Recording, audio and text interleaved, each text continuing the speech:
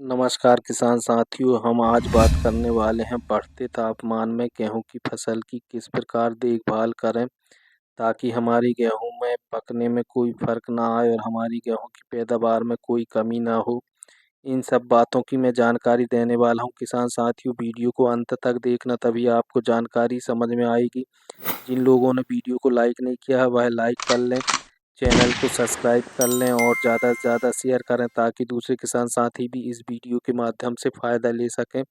चलिए किसान साथियों, बढ़ते तापमान में हम किस प्रकार गेहूं की फसल की देखभाल करें और किस तरह से हम गेहूं की देखभाल करें ताकि हमारे गेहूं में उत्पादन में कोई कमी ना आए और हमारी गेहूं का उत्पादन कम ना हो। इन सब बातों की मैं जानकारी देने वाला हूं किसान साथियों।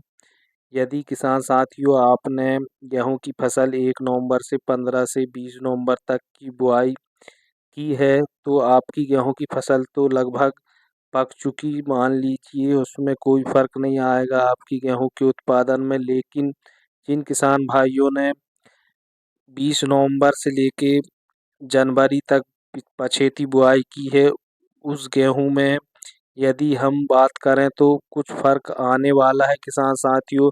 अभी मौसम एकदम से अचानक बढ़ते तापमान की ओर बढ़ रहा है और अचानक गर्मी ज़्यादा बढ़ रही है। इससे पछेती गेहूं की बुआई में कुछ तो फ़र्क आएगा, इसलिए हम किस प्रकार देखभाल करें ताकि हमारी गेहूं में कोई फ़र्क ना आए और हमारी गेहूं की बालियों में कोई फ़र्क ना आए, हमारी गेहूं का दाना मोटा पके और हमें जो उत्पादन मिलना चाहिए वह उत्पादन मिल सके।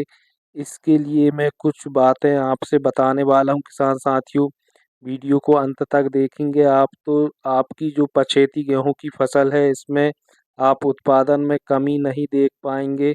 और यदि आप इस मॉडल से आप देखभाल करते हैं पछेती गेहूं की बुआई की तो आपको भरपूर उत्पादन मिलेगा किसान साथियों। यदि किसान साथियों आपने गेहूं की पछेती बुआई करा है तो आपको इस समय में देखभाल की बहुत ही आवश्यकता पड़ेगी और आपकी गेहूं में जो ज़रूरतमंद पोषक तत्व हैं इन्हें तो आपने दे दिया है, लेकिन अभी कुछ और पछेती गेहूं की बोनी में और कुछ पोषक तत्वों की आवश्यकता पड़ सकती है, क्यों से कि जो अभी हमारा मौसम है गेहूं की फसल के लिए सही तापमान जैसे दिन में 30 डिग्री सेंटीमीटर से 32 डिग्री सेंटीमीटर तक यदि है और रात में 15 सेंटीमीटर है तो आपकी गेहूं में कोई फ़र्क नहीं आएगा। लेकिन यदि इससे अधिक है तापमान तो आपकी पछेती गेहूं की बुआई में आपको फ़र्क समझ में आ सकता है। इसलिए यदि आप पछेती गेहूं की बुआई में पानी की सिंचाई हल्की हल्की करते रहें और पानी की कमी ना आने दें तो आपकी जो पछेती गेहूं की बोनी है उसमें उत्पादन में कोई कमी नहीं आएगी। और साथ ही कुछ किसान साथियों ने कमेंट किया कि इस समय हम कोई पोषक तत्व दे सकते हैं क्या, तो किसान भाइयों से मैं बताऊंगा कि यदि आपकी पछेती गेहूं की बोनी है तो इस समय आप एनपीके का स्प्रे कर सकते हैं किसान साथियों और पोटेशियम भी दे सकते हैं साथ में, ताकि हमारी जो बढ़ते तापमान में गेहूं में फ़र्क आएगा वह इन चीज़ों को आप यदि देते हैं तो आपकी गेहूं में बढ़ते तापमान की वजह से कोई फ़र्क नहीं आएगा और आपकी गेहूं अच्छे से पकने में मदद मिलेगी किसान साथियों।